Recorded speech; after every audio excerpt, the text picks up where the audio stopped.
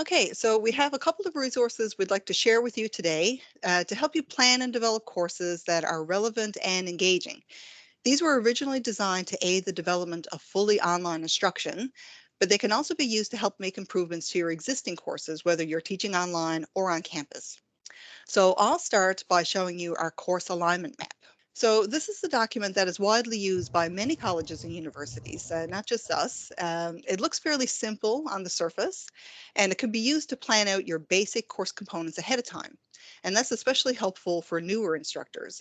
But the more powerful use of this document is to also plan out engaging learning activities and assessment while ensuring alignment between course components. So what is alignment? Well, we can say a course has alignment when the instructor first tells the learner what they will be expected to be able to do, which are the objectives, provides the learner with learning materials and activities, or the instruction, that prepares them to do it, and then finally evaluates the learner's ability to do it, or the assessment. So alignment can be represented graphically using what some call the magic triangle. So the course objectives are at the apex of the triangle and where you should always start. And the instruction and assessments always support the objectives. And when all three components of the triangle work together, you've got alignment. So why is alignment important?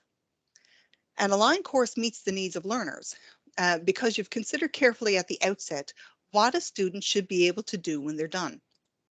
And you've aligned everything else to follow along to those learning objectives. So you know it's going to meet their needs. An aligned course is going to give the students a learning experience that is orderly, well arranged, and engaging. An aligned course is going to focus the efforts of both the instructor and the students. So the instructor is not going to be spending time creating unnecessary materials. And the students won't waste time by having to master content that is actually not that important for them to know. And finally, with an aligned course, the assessment results are going to better allow the instructor to fix any gaps in instruction.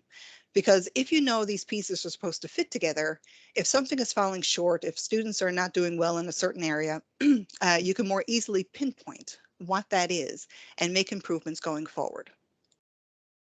So let's take a closer look now at each of the components of the course alignment map. So as you design your course, start by carefully considering the best way to chunk up the material. So what we mean by chunking is that it allows students to engage with information in a series of smaller modules or lessons. And this is particularly important for online, right? We don't want to just put everything up there all at once. And many online instructors, they break down their course content into modules which align with the major topics in the peers objectives, or sorry, the peers outline. Or maybe you have a course textbook. You may decide to align the modules with chapters from the book. And while this is a common option, it may cause issues if the textbook changes and you have to rework your modules to match a different textbook. So just keep that in mind. Chunking allows us to reduce cognitive load for students so they're not overwhelmed with too much information all at once. You also want to give thoughtful consideration to the order in which these modules are presented and make sure it follows a logical progression. So for instance, it might start with the big picture and then progress to the details. Or it might go from simple to more complex topics, or it could simply be in textbook chapter order. So the sequence you choose will depend on the subject matter and the experience level of the students. Then you have your learning objectives. And these are often given in the form of a list of things students should be able to do at the end of the course or the end of a module. And they usually start with carefully chosen verbs, such as describe, analyze, or create, so that students can actually demonstrate these things to you. And it's important to remember that objectives are not just a list of topics you have to cover in your course, but a list of things you need to assess students on. And when you're filling out this course alignment map, remember to always list the official objectives from the peers outline or plan of training, and not the ones that might be listed at the beginning of each chapter in your textbook, right? You want to keep it to the official peers outline or plan of training. Next, you have learning materials and activities, and these together make up your instruction.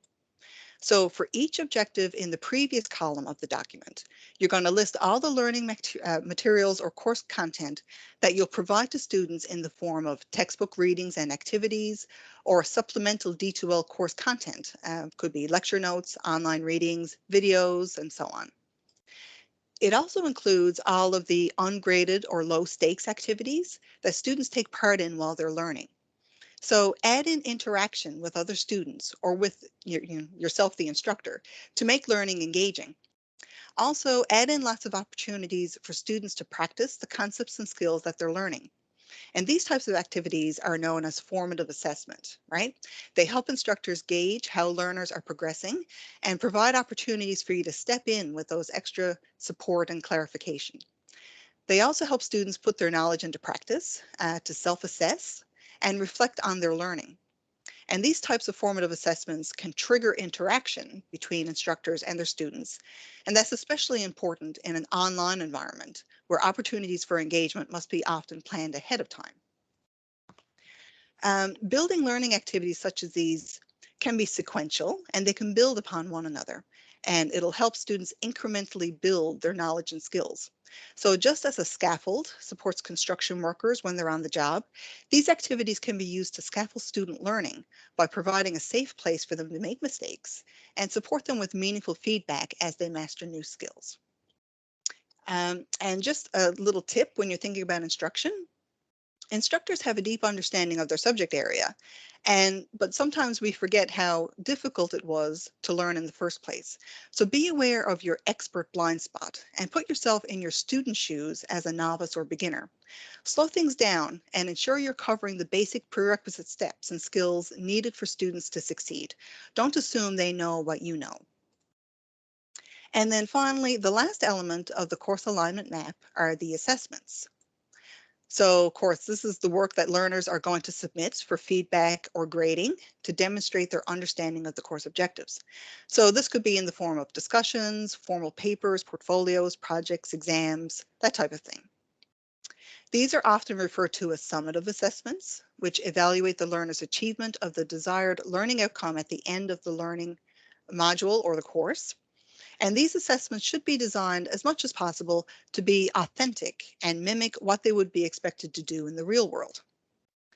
So although assessments are listed as the final column of the course alignment map, that doesn't mean you should necessarily consider it as the last step. In fact, we recommend you follow a widely respected model of course design known as backwards design, and that's where you develop the assessments for each learning objective first, and then plan out which learning materials and activities will help students be successful on the assessment. So let's look at a sample of a course alignment map. And this one shows just one module of an online Office admin course that's been built with alignment in mind. The modules in this case, they're aligned to the major topics in the peers outline. So the first module covers all of the objectives for major topic 1.0, which is called Office Careers. So next, each objective within the module was considered individually, and related assessment items were planned first. So for instance, objective 1.1 is identify personal strengths and areas for improvement. And its sub-objectives are 1.1.1, set short and long-term career goals, and 1.1.2, create a plan of action for meeting career goals. So these were assessed with an assignment where students had to complete a personal SWOT analysis to cover 1.1 and also create a career plan to cover 1.1.1 and 1.1.2. That's hard to say. This assessment is authentic in that they're actually creating a plan and they're not simply answering multiple choice questions about it. And to prepare them for completing this assessment, they were provided with online course notes in D2L with links to relevant articles because this topic was not covered directly in their textbook. So we're going to, map out where we're getting our learning materials and make sure everything is covered. And to scaffold student learning, they were also provided a video on how to create a career plan, and they were asked to complete a short set of questions so they could measure their own understanding of the topic before they attempted the assessment. So kind of like a little self-test. And this is an example of backwards design in action. And then Following along to the other learning objectives, we have 1.2, discuss office occupations, and 1.3, explain techniques for job growth and advancement. And these were assessed as part of that same assignment. So students had to review several online articles and describe 3 techniques for job growth related to their office careers. These topics were covered in their textbook, so the appropriate readings were assigned. And then a pre-assignment activity was included to get them browsing online for their dream office job, and they shared the required duties and education needed on the discussion board. And that also served to cover Objective 1.2. So for this module, you can see that efforts were made to provide students with a variety of learning materials and formats, lots of opportunities for practice and interaction, and authentic assessments which accurately evaluated the students' grasp of the learning objectives. So there are many ways a course can lack alignment, and it's very easily done. So let's look now at some common examples of misalignment. So a course can lack alignment when an assessment does not accurately measure the learning objective. Take, for example, this objective: deliver an effective oral presentation to an audience. And let's say the assessment asks students to prepare and submit a PowerPoint presentation on a topic of their choice. But that's it. There's no oral presentation actually required to be delivered here. So we can say that this assessment is not aligned with a learning objective. How about this one? Evaluate approaches to conflict management. And the assessment in this case includes a couple of questions in a multiple choice exam, which asks students to identify several well-known conflict management approaches that they've learned in the course. So how do you think this might be an example of misalignment? Sometimes it could be very subtle. So here's a tip to help you identify misalignment in your course elements. Check the verbs, right? Look at the verbs in the objective and compare that to the assessment and the instruction and see if they're the same.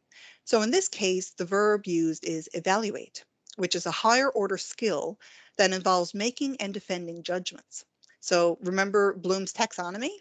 If not, don't worry, I'm going to provide some resource links for you a little later. But multiple choice tests, they tend to assess factual recall. And since this exam question, since it's not getting students to actually evaluate, we can say that there is misalignment between this assessment and the objective. So let's think of maybe a better aligned assessment might be maybe to give students a case study to analyze or give them a scenario to debate on the discussion board. Remember the magic triangle?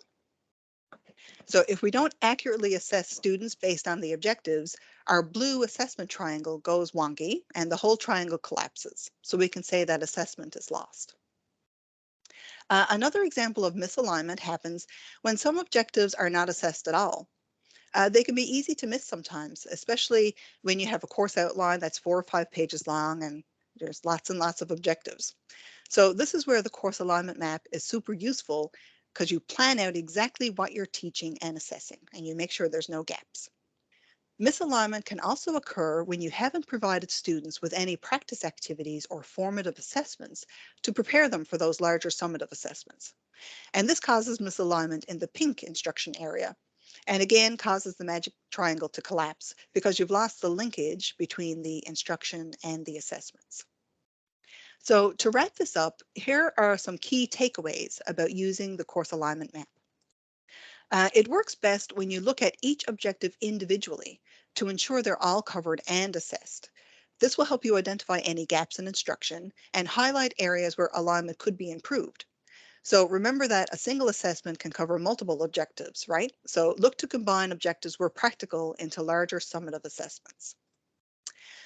This document may make it seem like course design is a linear process, but it is actually very iterative in nature. So don't treat your course alignment map as a rigid document.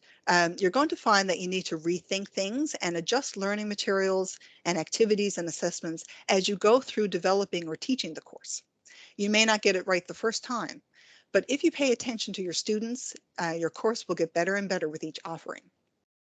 And finally, the course alignment map is ideally suited for new course development, but it is equally useful for taking inventory of existing courses. So try taking one of your courses and plug it into the document and see where you can find areas for incremental improvement.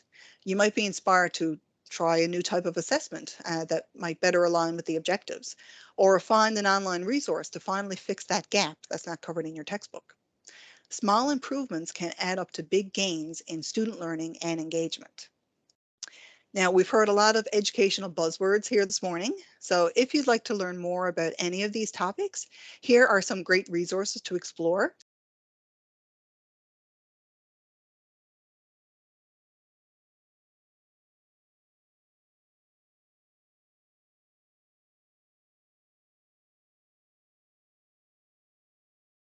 Lori covered the course alignment map. I want to talk about the DL course quality checklist.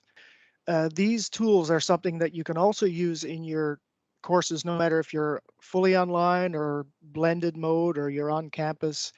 So we want to help you in terms of showing how these things can be useful to you. So what we do is when we develop a course for online, so we're talking fully online now, at the end of the whole process, once the instructor and the subject matter expert or the instructional designer work together, at the end of the course development, we have this course quality checklist. And this has evolved over about 15 years of working and figuring out what works and what doesn't.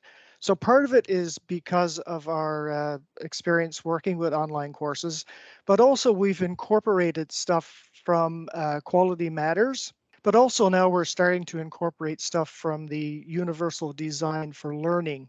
And if you're not familiar with this, this is a great way of improving on your courses. And I would recommend this book to you, Reach Everyone, Teach Everyone. Last week, I was in a webinar with one of the authors, actually, and he explained this. And it's more about finding ways to improve on your teaching and learning and course design, trying to just sort of increment improve on it, give different options for learning preferences and so on in your course. So what we have done is we had talked about course design, but at the end of the process, when we do our checklist, it really happens in two parts.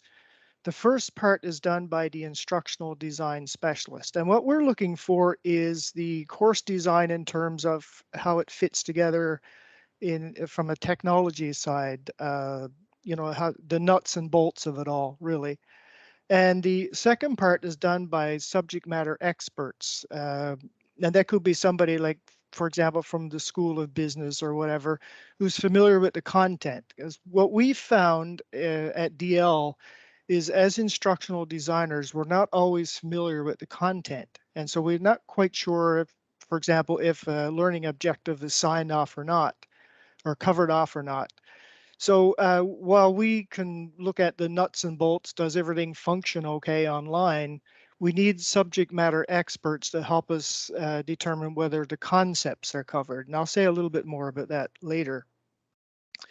So what I want to talk about here is when a student first encounters a course, or maybe an instructor that hasn't taught a course before, it could seem a little bit overwhelming. We have all these components that make up a course, notes, quizzes, assignments, discussions. And perhaps the first question a student or maybe a new instructor would ask is, what do I do with all this? Where do I go from here? Where do I make sense of it and learn the things that I need to know?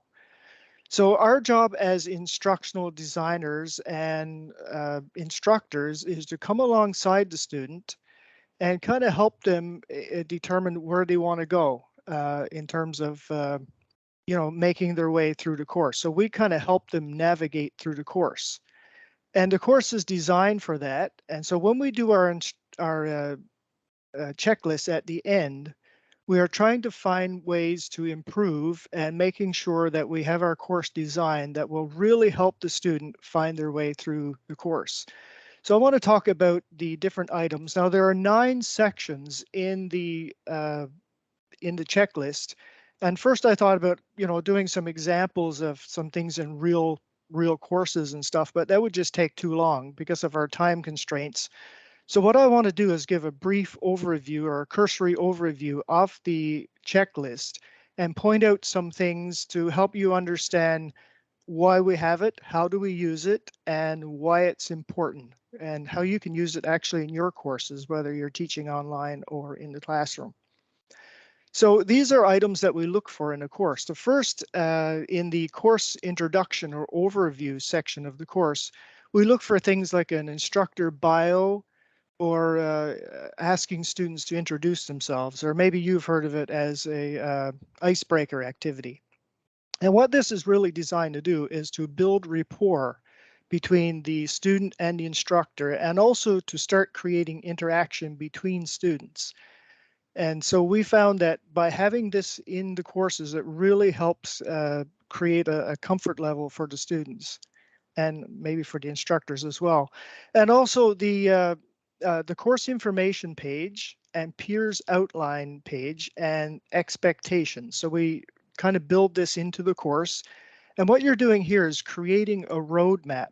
So if you're helping your student navigate their way through the course, by having these things built in, it really helps a student understand where they want to go, what's required of them, and also what they can expect from you. And what this does, it raises the comfort level of the student, we found. So we give them instructions on how to use a virtual classroom. So if we're going to build in interactive tools for, like a virtual classroom where instructors can meet one-on-one with their students, you really need to help the students understand how to use the tool. And I guess that would apply to any tool that would be used in a course. You need to give them instructions on how to use it. And also now we're also including a learner support page. And this kind of, we're still working on this, but really it gives the student information on where to find technical support, where to find accessibility services, and also academic and student support. So we found that this really helps raise the comfort level of the student and helps them navigate their way through the course.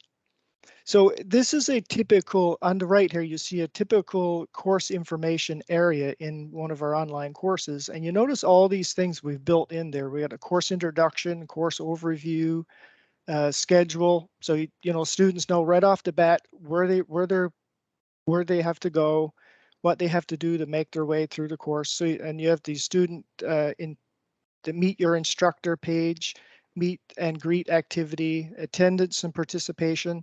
So all of this is built into the course template.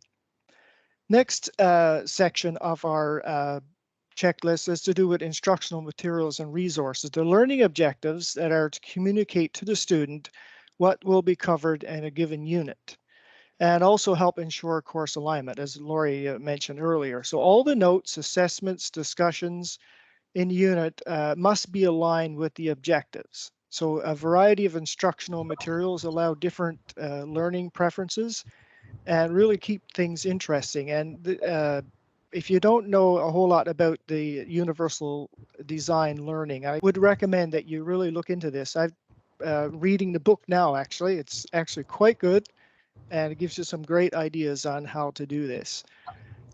So also in our course, we look for accessibility. So we use a CSS template in our course, and we make sure that the course is responsive and accessible. And what we mean by that is we're kind of looking at it from a design perspective, is we design the template so that pages will show up no matter if you're looking at it on a PC or an iPad or an iPhone.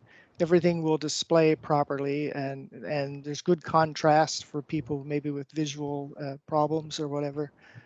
And so also it works with a screen reader, so they can actually have the text read to them. And we also look for typographical and grammatical errors in the course, and also make sure that the sources are referenced when we use things like images or content from a textbook or whatever. And what this is about really is modeling what we're teaching. So if we're teaching a course on grammar and spelling, perhaps it would be a bad idea to have some grammatical and spelling mistakes in the course. So we're kind of modeling what we teach. So these are instructional materials and resources that we're looking at here. And then we look at what a typical page in our CSS template looks like. So we have good contrast, and it displays well no matter what device you're looking at your course on. The next section has to do with the interaction. So what we've done is we've built stuff into the course, and this is what we look for is instructor to student, student to student, and student to content interaction. So we make sure that the course is interactive or active learning. Also, we look for good quality multimedia in there. So if you have a YouTube video in your course or maybe some images or whatever, you make sure that they're really good quality. And again, we're kind of modeling good quality courses. And also opportunities for instructor-led virtual classrooms. We're looking for that in our online courses as well. We found that one of the most effective ways to teach a course is instructor presence online. So we're looking for ways to do that. If you're teaching online, it's good to have a virtual classroom and meet with your students face-to-face wherever possible. And also provide opportunities for feedback for student practice, what they learn. One of the things that research has found about adult learning is that adults want to know the so what of why they learn something. And a question that you may get from your student is sometimes maybe, why do we need to know this? Well, that's fair because most adults want to know why they're learning what they're learning. And so we make sure we put opportunities in a course that allows students to practice what they're learning. And then we look at the assessment area. So how will students' learning be measured? So we look at ways to build in criteria. For example, if you give a student a rubric on what they need to learn for that particular, to cover off a particular learning objective, by really laying out what is it they need to cover off, it helps them to understand what to aim for when they're learning, and also make sure the grading policy is transparent, and strategies will provide feedback, assessment and evaluation scheme is well set up, and make sure that it aligns with peers, and also self-assessment tools that provide quick feedback for students. So if you have say for example, a multiple choice quiz, if you set it up so that they can see the answers when they complete the quiz, it's really good if it's a self-assessment. And we've also put in interactive things in courses that work right on the screen, like drag and drop. Like I have courses where there are diagrams where students can drag and drop the labels to the diagram, and then they can check their answer right after and then repeat it so that they can try it again. So it really helps the student in self-assessment. It prepares them for the final exam. So we're kind of looking for things like that in the course as well. And also the course gradebook, make sure that it's properly set up. And this really has to do with housekeeping. One of the things that you may run into if your gradebook is not properly set up in your course is that at the end of the semester, when you have to submit your grades for PeopleSoft, if it's not set up correctly, you will probably run into issues. So we make sure that the grade book is properly set up in the course. The next item on our checklist is the course technology, and this is about functionality of the course. So we make sure that the tools and media that support the objectives are appropriately chosen to deliver the course content. Any technologies that are required are provided or downloadable. A good example of this would be the computerized accounting course, where they use this program Sage 50. And so we make sure that the students can download their course and their data files and make sure all that's working. And there are clear instructions on how to access and use specialized technology, so functionality. And then the course components. We also look at how the back end is set up. That is the files and folders area, which you normally don't see. You got to kind of go on the back end to see this, but we make sure that it's well organized. And the reason we do that is it's for course maintenance. And I just want to show you an example here of two files and folders area of two different D2L courses. And you notice this one is set up with files and folders, the one on the left. The folders are lesson 1, lesson 2, lesson 3, all nicely organized. On the right is a course where all of the files are just in the root directory. And it really looks bad. It really looks like a mess on the back. But it's not just about how it looks. It's about maintaining the course. If you have a file you want to go in and find and download, if you had it nicely organized, it's easy to find something. But if it's all in the root directory, you may have a lot of difficulty finding that particular file. So we have this on our checklist to ensure that our DL courses are well organized, and you'll find that helpful for your course as well. And the course components. So here we look at the navigation of the course. So are the modules in a logical flow? And this is not just about the content. This is about the course design. So if we're doing a roadmap to help the students get through their course, we make sure that all the materials presented in a logical format, and make sure that any links in the course will work. So if you click on a link to a different page, to a website page, it'll come up. We try to set it up so that it comes up in a different tab or a different window. We find if it comes up in the same window in D2L, it really confuses in terms of navigation. Sometimes you got to go back and start at the beginning again and find your way back to where you were. So we kind of look for ways to ensure that everything works well in terms of navigation.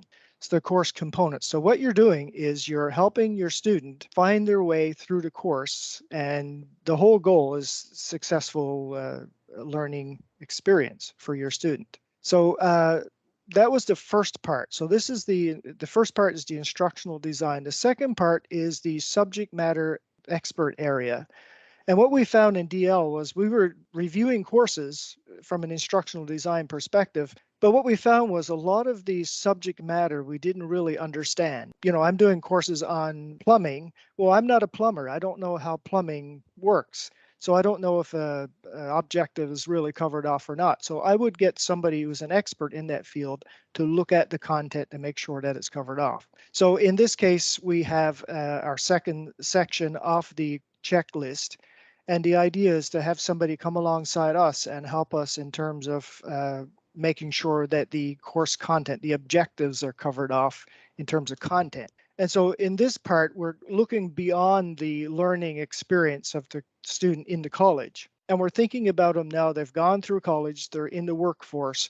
What is it we need to have in their course to ensure that we're preparing them for the job? So this is ensuring job readiness. So what we're looking now again at the learning objectives, but this time is not just to make sure that it all aligns, which is very important, but to make sure that the objectives are all covered that are listed on peers. And also, do the learning objectives contribute to achieving the learning objectives? And also, is it of sufficient depth and currency?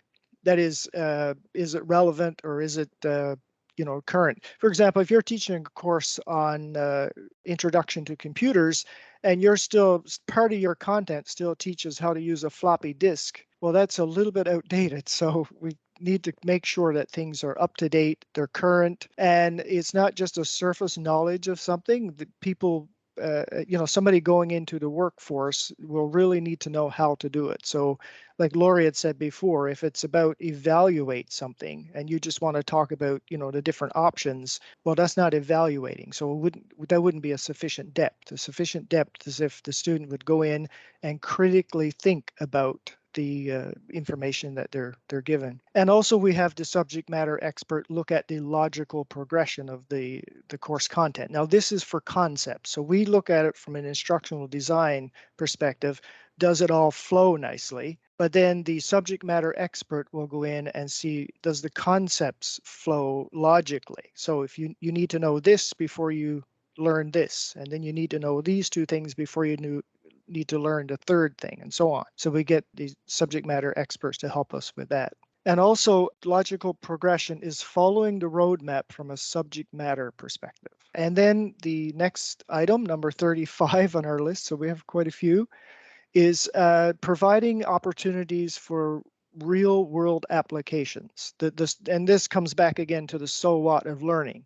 So maybe in an accounting course, for example, you could set up a pretend company and have your students go through the process of keeping the books or whatever. So they're actually getting sort of hands-on, virtually hands-on experience on the applying the knowledge for themselves. So we have subject matter experts go into the course and see if there are things there that would really help students apply the knowledge that they're learning. And also, we also look at the alignment again, which Lori had already gone over quite well. And also UDL, we're looking for ways to assess and accommodate diverse learners. So people have learning preferences. Some people learn well with a multiple choice exam.